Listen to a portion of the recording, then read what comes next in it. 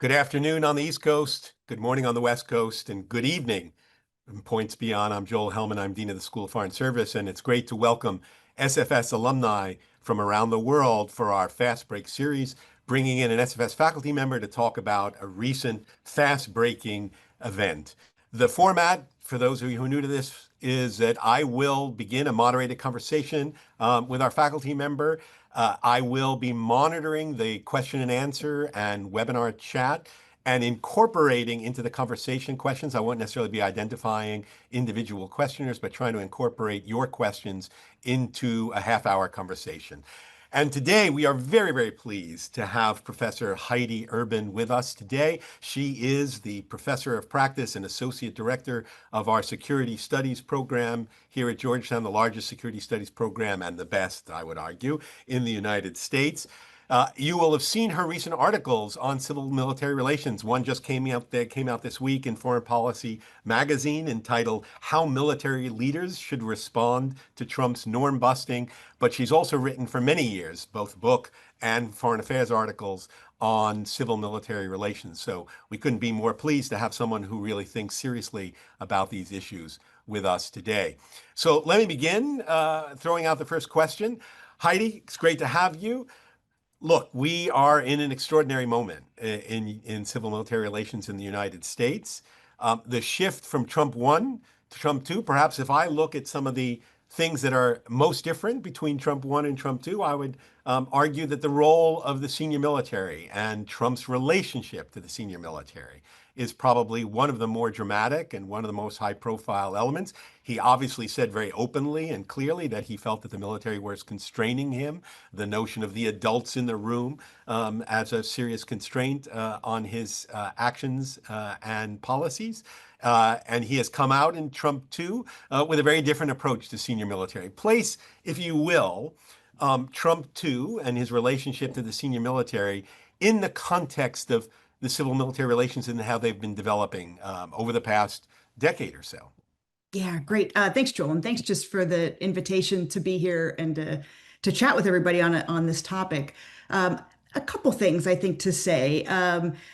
Almost every Secretary of Defense who's come into office from the time the Department of Defense was created seems to think that civilian control of the armed forces degraded on his predecessor's watch, and the military really needed to be brought under tighter control. So that feature is not necessarily new in American politics or in civil military relations, but we can chart some new things.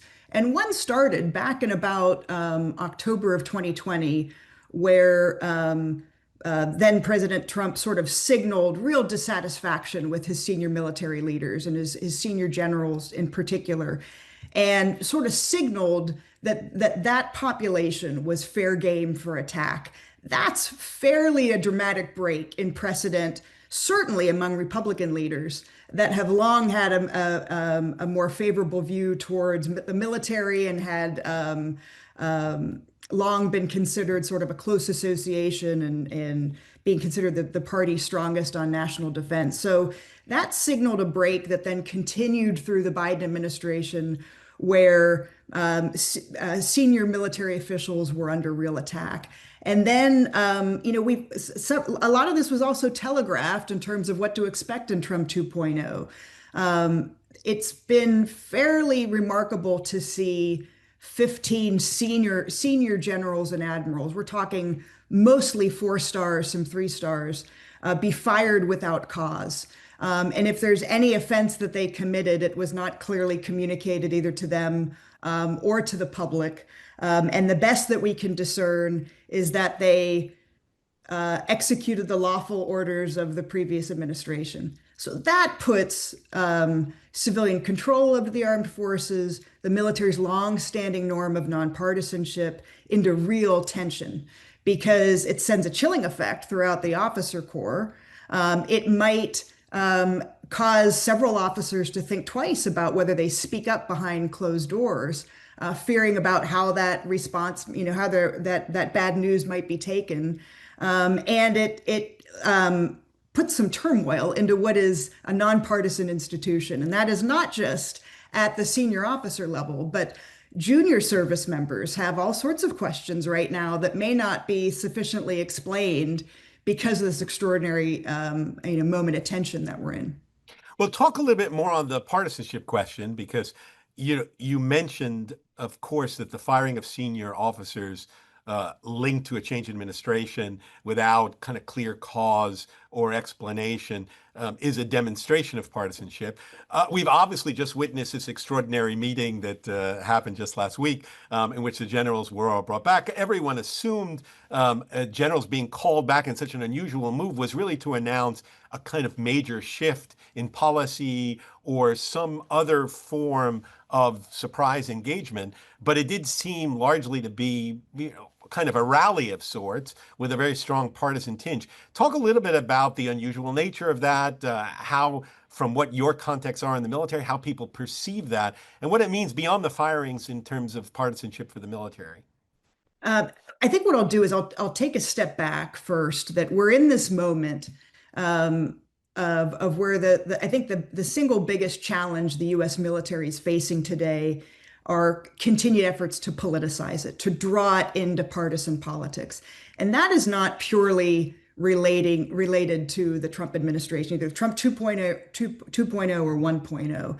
And so some of this moment is at least enabled by 30 years of norm erosion. And I'm struck by how we've arrived at this moment and then we've broken new precedent and broken more norms. So, presidents have long enjoyed having the military as a backdrop behind speeches and speeches that even turn partisan in nature. But what has been different in speeches, even in Trump 2.0 compared to Trump 1.0, is the real partisan nature of those speeches that take on sort of a campaign rally effect. His speech at Fort Bragg on the eve of the Army's birthday in June of this year, and then the address at Quantico featured several common themes: attacks on his political rivals, claims that the 2020 election was stolen, and talking about the benefit of U.S. troops on domestic soil. And so those are even departures from how he spoke to the military in Trump 1.0. The moment that I mentioned that we're at here is a function of at least a couple things happening all at once. First is the American public largely likes the military, and that's not a bad thing. It's just a unique thing given how the public looks at just about every other institution in public life. If confidence in the military was no different than confidence in organized religion and the courts and Congress, and pick another institution in American public life, there may not be the tendency to want to pull it into partisan fights. So we're here because there is prestige associated with the military, and it's a function of Americans largely having confidence in it. The second factor is we're deeply polarized. And so when you take both of those two things into account, and especially the nature of affective polarization, where many Americans have this strong sense of antipathy towards the other party that might even overshadow whatever feelings of attachment they have to their own party, that pulls the military into this. And then the third feature that I think has enabled all of this is the military is not really well known by society today. And that's a function of the declining rate of veterans in society. When it's not well understood, it can be easy to politicize within the public, to claim that it supports this side or the other. So all of that sets the stage for the address at Quantico, and pulling in generals to have that backdrop that has these, partisan, really clear partisan themes in it, is that both parties, but especially this administration, want desperately for the military to be seen as its co-partisan. And that's going to be an enduring challenge for the remainder of this administration and beyond, until one of those factors change. And I'm not rooting for public confidence in the military to plummet, but that might change factors here. If polarization subsides, if somehow you're able to cut through the civil military gap in a more meaningful way, and people better understand the military, all of those might change the conditions at play. But at least some of the current moment is explained by these factors. Can you give us a sense? You talk to, I'm sure, senior military leaders. We have a number of active duty officers in our security studies program. We all know that at the Quantico speech, the general sat stone-faced, nonpartisan as they should be, and presumably that was coordinated in advance as an agreement of how the military should behave. But beyond that stone-faced reaction, what are you hearing in terms of how the senior military leadership is perceiving this perhaps more extreme version of what you saw over the last 30 years? Yeah. I think they're deeply uncomfortable with being an object of partisan debate. And my friend Corey Shockey says it really well. She says, politicians are civilian political leaders are using the military like a dog's chew toy. And so it is an incredibly uncomfortable moment for the military to be in. And I've joked that the only forever war they want to get out of are the culture wars. They want to be focused on transforming the military to meet, complex security threats. They want to meet this moment of like the changing character of war. And instead, they're constantly pulled into partisan political fights. You're right in that they accorded themselves very well and that they prepared for that. And so that speaks to something too, that there is at just least a bit of political sensitivity among our senior most general and flag officers. And I've been somewhat critical of the institution in past years where I think the norm of nonpartisanship has largely been assumed as if it would always be rock solid and nothing needed to be done to maintain that. And conversely, if you saw the president's speech at Fort Bragg a few months ago, it looked like a campaign rally. And, it's easy to find fault with the young junior soldiers who were, cheering approvingly at a lot of the president's nakedly partisan lines. But the real issue is that those soldiers were not well prepared for that moment. And it shows that there is this underlying sense of discomfort of even talking about and maintaining and educating troops on the importance of nonpartisanship. So I'm not surprised that our generals and admirals, understood the task and responded approvingly. But how they behave and how the rest of the force behaves is a function of the degree of socialization to professional norms, how well these norms are taught and maintained, how comfortable the force is having these conversations about the need to keep the military out of partisan politics. And what I and several others have talked about is that work has to be put in constantly in less interesting times to make sure that the force can navigate this particular moment. And so when that hasn't been done, or we just assume that the military's norm of nonpartisanship is stronger than it really might be, it puts the military even in an even more difficult position right now. Well, look, we saw this very high profile speech, and obviously everyone is talking about that. Do you know what's happening kind of behind the scenes in terms of the political control or review of senior military leadership? To what extent are they reviewing the performance, social media, or as they do in other spheres, to search for and determine the loyalty of senior military officers? Is there a possibility that it would go further in terms of loyalty oaths to the presidency beyond the Constitution, other kinds of reviews of senior military performance that tries to get at their loyalty? Is there other things going on? And is it, in fact, going further down the chain of command, not just at the highest levels, but impacting, like we're seeing on college campuses, what people do in their, kind of public life, if you will? Yeah, this is something that I think has caused some alarm among civil military relations scholars. I wrote in our most recent foreign policy piece with Peter Feaver, we talked about the firing without cause of 15 generals and admirals. What we didn't speak to, however, are several others who were due promotion or due a nomination that have been rescinded. And so for unclear reasons, for without cause.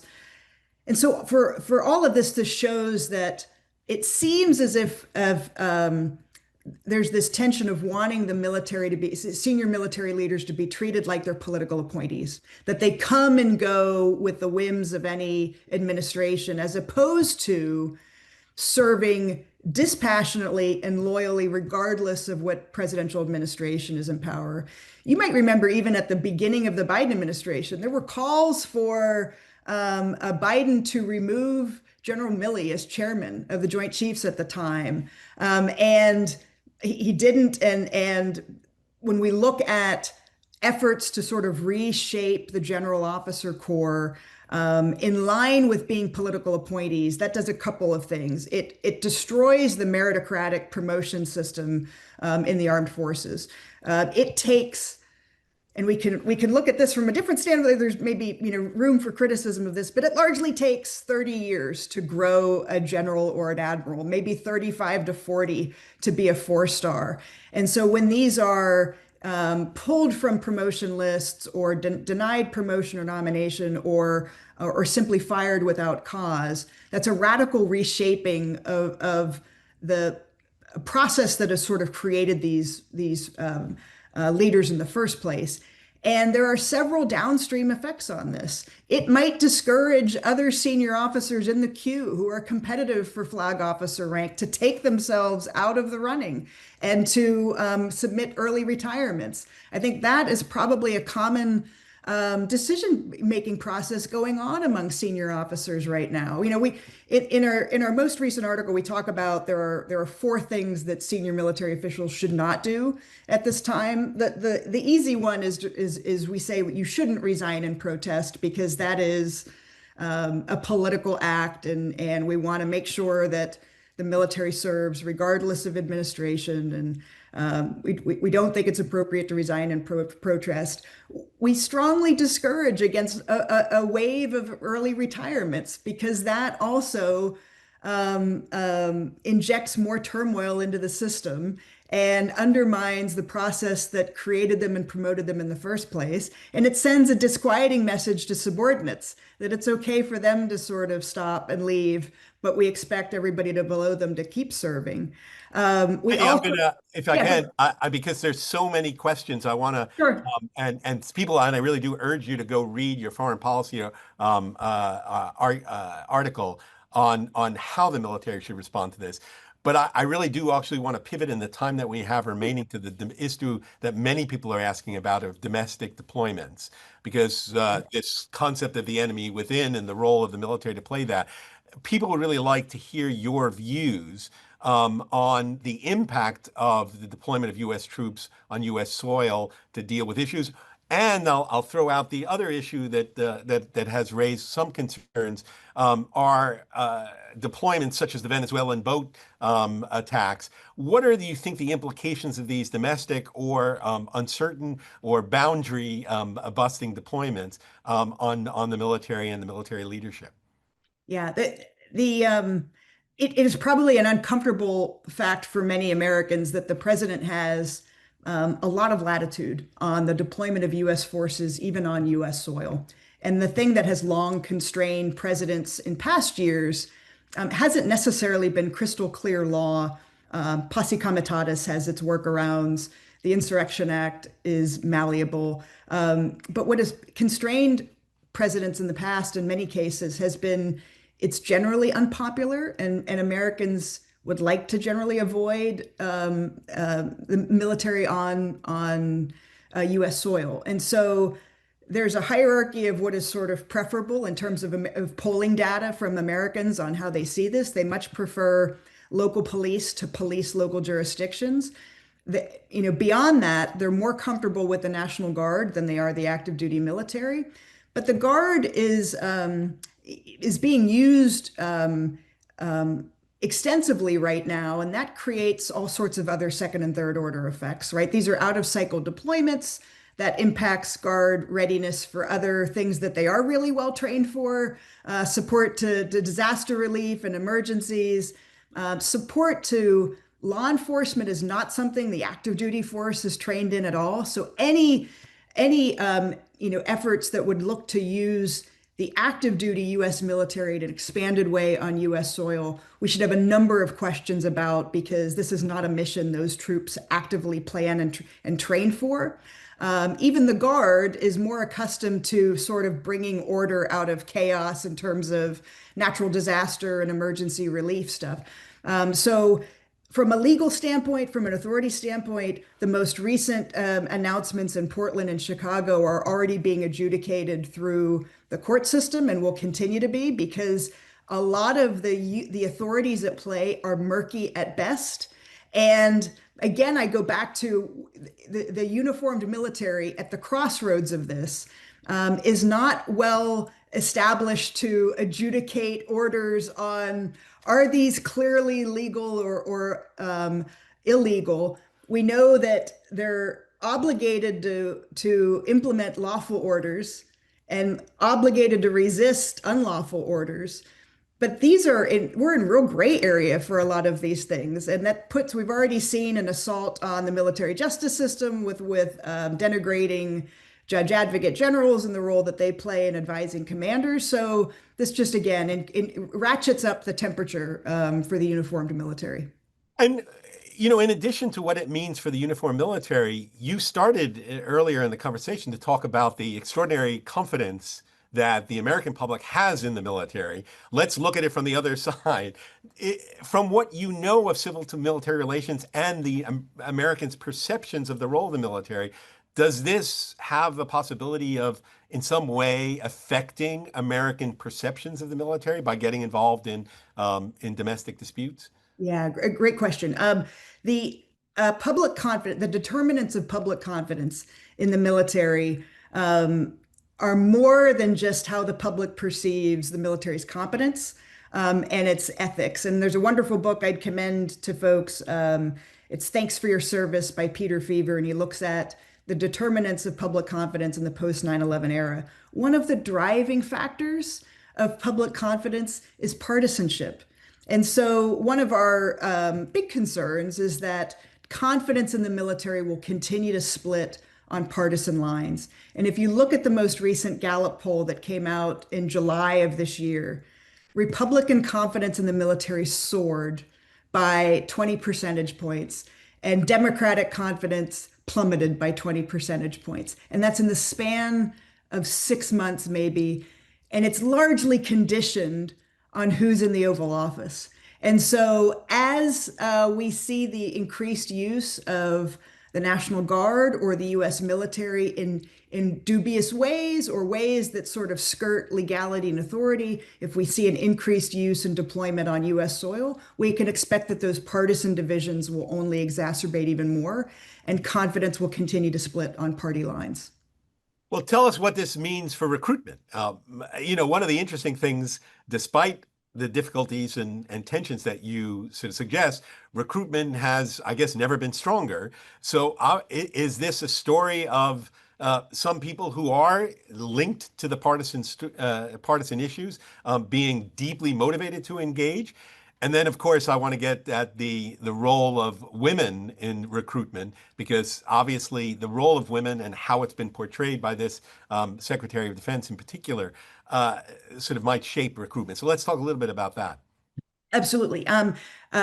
Recruitment and retention have sort of a long lag time to sort of discern what's shaping it. And much like there was a quick rush 3 or 4 years ago to dissect why recruiting had plummeted, there's the same tendency right now. What is explaining the uptick? In almost every case, it's labor market dynamics that explain the fluctuations in recruiting. When the economy is bad, people tend to join the military. And when the economy is really working well, when unemployment is low, people don't join the military. And so that alone explains most of the fluctuations in the past few years. The fact that it can be used as a partisan marketing tool, only again exacerbates those divisions.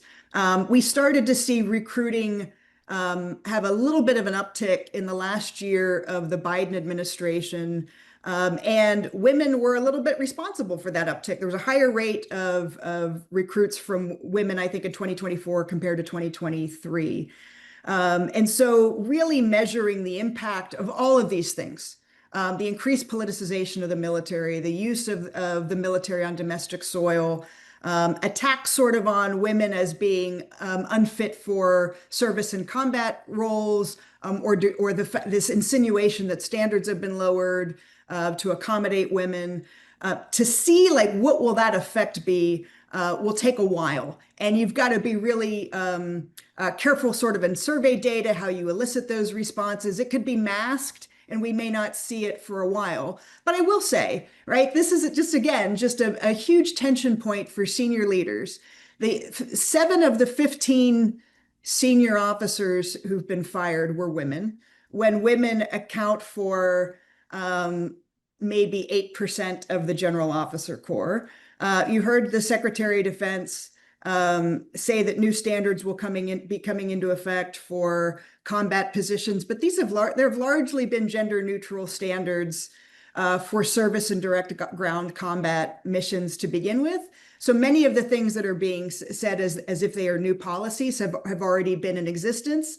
And what that does is just sort of sends a message to women in uniform, and especially women in direct combat roles, that they haven't earned their position there and they're somewhat secondary to military service. Women account for anywhere from 15 to 20% of each of the services. If that were to decrease measurably, that would absolutely contribute to recruiting and retention woes. Well, look, in the last remaining minutes that we have, let's talk a little bit what could be done. Obviously, we know what Trump's motivations are. He's made it very clear. He's been open about it. He wants a more loyal senior military corps. We know that could have deep implications, as you say, for military morale, for civil military relations, for public confidence in the military. What do you advise senior military leaders to do to first maintain morale and nonpartisanship throughout the ranks? And then sort of strategically, if you were sitting in a room full of generals, what do you kind of urge them to respond? How do you urge them to respond in this very unusual environment? Yeah, I would say they have an obligation to speak up behind closed doors, and that is different from speaking out. So no, they shouldn't. If they have concerns with any of the policies or the direction that the military is going in because of the current administration, that should be dealt with behind closed doors, not adjudicated on social media, not in op-eds. And retired generals and admirals should be cognizant of not making it any harder for their, currently serving peers to go through. So they should speak up, but they should not speak out. They should understand that there's no shame in getting fired if you haven't done anything wrong, and that the 15 senior officers who've been fired without cause have left the services largely with their reputations intact. And so the implicit message in there is you cannot lead military organizations with your overarching fear of trying to avoid getting fired, but rather provide your military advice, lead your subordinates well, stay out of partisan fights, don't pick partisan fights, don't pick a fight to ensure you get fired to sort of clear your conscience, but you also need to speak to your troops and message them on the basic standards of military professionalism in a time of turmoil. And what red lines might you be looking for going forward? I mean, not necessarily the ones that may have already been crossed, but what are you looking for as potential pivot points that might take this in a, even more sort of serious direction, one in which there are legal or constitutional issues that are raised? And that'll be our last question. Yeah, I think the if there is an onslaught of unlawful orders, right, that's where we could see a real crisis in civil military relations, because all military leaders, regardless of rank, you are obligated to resist and refuse illegal orders. And even though I am a critic of civil military relations in our country, it's largely been blessed to be pretty harmonious. And that is because both the civilian leaders at play and the military and the public have largely respected the basic rules of the game and the norms at play. If the military is the only actor of those three to recognize and support those norms, we're in for a really difficult time. So the public has an important role to play in elaborating those norms, respecting those norms, articulating those norms. And as you say, if the generals are going to do it behind closed doors, as some may disagree with, as I've seen in some of the comments, the public has an important role to play. We're going to leave it at that. Thank you so much for an interesting conversation on a very, very important and very timely topic. Thank you all, SFS alumni community around the world, for joining yet another Fast Break. We will continue these fast and furious as the issues arise. And I suspect to see you again, probably within the next few days, if not a few weeks, on another Fast Break episode. Thank you all very much.